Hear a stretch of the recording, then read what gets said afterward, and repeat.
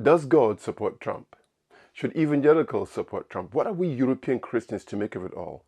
This is my initial attempt to understand Trump's appeal to Christians. But before I begin, I need to say this. This is not a pro-Trump or anti-Trump video. I'm simply trying to answer the question, why are American evangelical Christians supporting Trump? Here's what I discovered. Many believe God supports Trump. Brandon Biggs, who describes himself as a prophet, gave a prophecy 4 months before Trump was shot at, and this is what he said. He said, I saw Trump rising up, and then I saw an attempt on his life that this bullet flew by his ear and it came so close to his head that it busted his eardrum. He went on to say, and I saw him fall to his knees, and during that time frame, he started worshiping the Lord and he got radically born again. Certainly, the details of what was prophesied to happen cannot be a coincidence. Whilst I can't verify this prophet's character or theology, in the first iteration of it, he didn't mention the bullet drawing blood.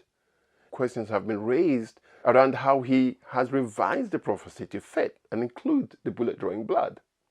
It is nonetheless an extraordinary prediction that will be taken by those who support Trump privately or publicly, and many others, as another divine sign amongst many. Christians then are caught between the values we share with the right and the left. Usually, that choice is a soft choice. None of the candidates usually align up with Christian values in any great way. With Trump, American Christians are left with a hard choice as opposed to the usual soft choice. The detractors of Trump want to highlight his flaws, but it might help us if for a moment you and I both put aside our prejudices and just seek an answer to the first question: why have a huge majority of American evangelicals supported Trump? It is astonishing to see how Trump speaks about abortion. On this subject, Trump does not display any ambiguity. His core values appear to align with pro-life Bible-believing Christians. This is what Trump said about life. He said, I believe in the exceptions for rape, incest, and the life of the mother. I think it's very important. The problem they have is they're radical because they will take the life of a child in the 8th month and 9 months and even after birth. He then goes on to point out that the former governor of Virginia said he was willing to take the life of a baby after birth. To protect these social and political conservative interpreted rights, what has Trump done? Well, he's appointed conservative judges onto the Supreme Court who have made decisions that align with pro-life and religious freedom perspectives. In Trump's America, progressive interpretation is un-American. Trump aligns himself with the church to that end. To Trump, nowhere is this culture war more problematic than in the radical left's plan to deconstruct the family. On this score, he has declared nothing short of a full-on attack on progressivism. Trump maintains that what the left are doing is gender insanity that amounts to acts of child abuse. He promised that he will declare any hospital or healthcare provider that participates in the chemical or physical mutilation of minor youth that they will no longer meet federal health and safety standards for Medicare and will be terminated from the program immediately. But he goes on to say that he'll support the creation of a private right of action for victims to sue doctors who have performed these procedures, and he intends to look into whether they have deliberately covered up horrific long-term side effects. Have they covered it up in order to get rich? Then he goes on to say that if any teacher or school official suggests to a child that they could be trapped in the wrong body, they will be faced with severe consequences. And finally, to top it all, he says he's going to ask Congress to pass a bill establishing that the only genders recognized by the USA government are male and female, and they're both assigned at birth. Now, that is not something that is normally heard on secular news programs. Many evangelicals are anxious about stating their beliefs about gender identity. With the aggressive nature of secular identity politics, they don't feel safe. For Bible-believing Christians, the move away from male and female identity is a move away from biblical mandate, and arguments around biological causes of failed DNA to properly code gender is seen as a straw man in the eyes of many Christians. Now, it is true for decades now that Christians have felt persecuted in the West. Unlike the vast majority of politicians, Trump acknowledges that Christians have been persecuted for their faith in his own country and not just overseas.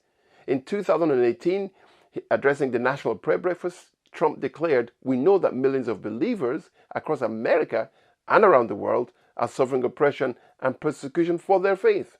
When we see a politician like that acknowledging the reality of faith-based violence, it's astonishing. The unwillingness of many European politicians to talk about these issues and others like it, such as immigration in their own country, is leading to growth in right-wing politics in Europe.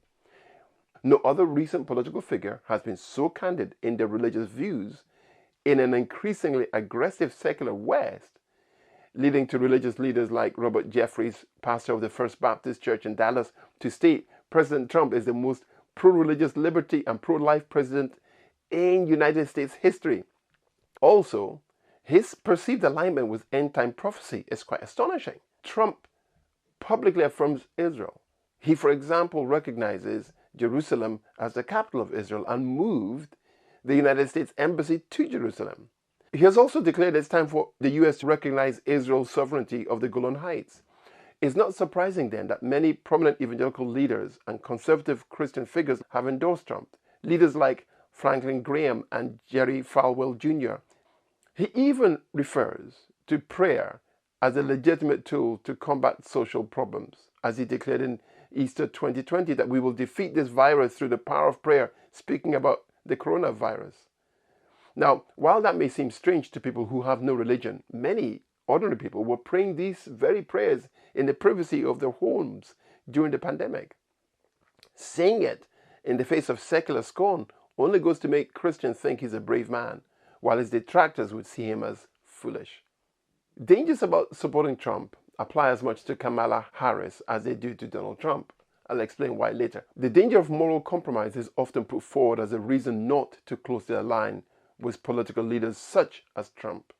Supporting a leader with personal conduct and behavior that contradicts Christian teachings on morality can lead to a perception of hypocrisy. And of course, Trump has been charged with some serious crimes and taken to court over them. But does this actually matter when it comes to politics? The question is asked by many looking for a yes or no answer. There are two schools of thought. The first goes like this. Are we talking about a mechanic fixing a car or a postman delivering letters?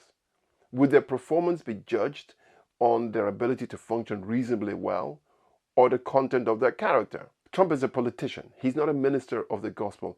As long as he's reasonably honest, that appears for some to be all that matters. The second argument goes like this. Those serving in public office must be good examples of upright citizenship and their character matters. I personally sit somewhat in agreement with both points of view. Personal conduct matters and should be called out. But I find, like many Christians, a dilemma.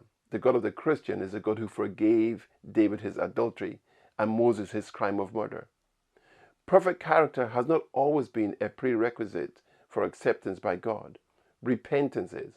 And many believe Trump has repented of his degrading comments about women and deserves to be forgiven just as we are. Perhaps the public in America don't share the moral outrage that many others do in Europe because they see their sinfulness in his battles with sin. At the end of the day, Americans support Trump not because he is a saint, but rather because they believe he advances a political agenda that aligns with their values, regardless of how well he has lived them himself. This argument leaves us in a dilemma, with very few to stand with in the public square. Bill Clinton had an affair with Monica Lewinsky. George W. Bush claimed that Iraq had weapons of mass destruction and went to war, the justification for the 2003 invasion of Iraq, which was later proven false. Barack Obama, he introduced the Affordable Care Act. He asserted that if you like your health care plan, you can keep it. That was proven to be false and not true. Joe Biden, 2021, to the present, handling of the Afghanistan withdrawal has led to the swift takeover by the Taliban and the suffering of a whole people group. And what of Kamala Harris? You could say that it now appears that everyone around Joe Biden was covering up his true cognitive abilities. How moral is that, especially when that person is sitting on a nuclear trigger? Throughout history, Christians have prayed for God's intervention to protect them from persecution, and the vehicle of his deliverance have not always been saints. In that, Christians have been pragmatic. There are those who say association with Trump will alienate those who are politically moderate or progressive. But has this not ever been the case? Secularism calls the church to ditch its values for progressive inclusion regardless of biblical norms. Yet here we have a politician calling on the church to hold its biblical values, and so the media challenges Christians to look at his lifestyle. The problem is, all Christians know we don't always live out perfectly what we profess. We're not so quick to point the judgmental finger. The truth is that the only person that truly embodies perfection is Christ. The rest of us are simply trying to catch up with him. Has Trump got secret extremism views, or is he just politically naive when it comes to race politics? Most people would avoid extremes and hug the middle ground. Trump appears to endorse groups that even moderately thinking people on all sides of the political spectrum would not embrace. For example, following the Charlottesville rally in 2017, he said that they were very fine people on both sides. One of the sides were extreme white supremacists. This sparked widespread controversy. Could evangelicals' close association with Trump erode public trust in the message we have? I suppose any association with any controversial figure could, but the real question is, what policies can the church live with and what policies can it not accept? Evangelicals will have to make sure that their faith is not instrumentalized, that their religious beliefs are not subordinated to political ends that can distort the message of Christianity and reduce it to political ideology. Yet criticism of Trump holding a Bible during a photo op in front of St. John's Episcopal Church after killing protesters in 2020 is probably not the instrumentalization of faith that it is claimed to be. Many ordinary Christians would be rebuked in the workplace for publicly expressing their faith. Again, it would seem that Trump is breaking down barriers to freedom of speech. There are some real dangers that I perceive. Christians need to remember that Trump is a politician at the end of the day. He's not a pastor or a minister. This means his policies must be tested against biblical values as a whole. While an immigration policy is essential for any nation, the treatment of immigration families at the border must be humane, and any policies which separate migrant parents from their children is to be abhorred in modern society and challenged publicly. Christians have a duty to defend the weak and the voiceless, and evangelicals need to develop a coherent message and mission that embraces social justice in keeping with Christian values as opposed to progressive ones.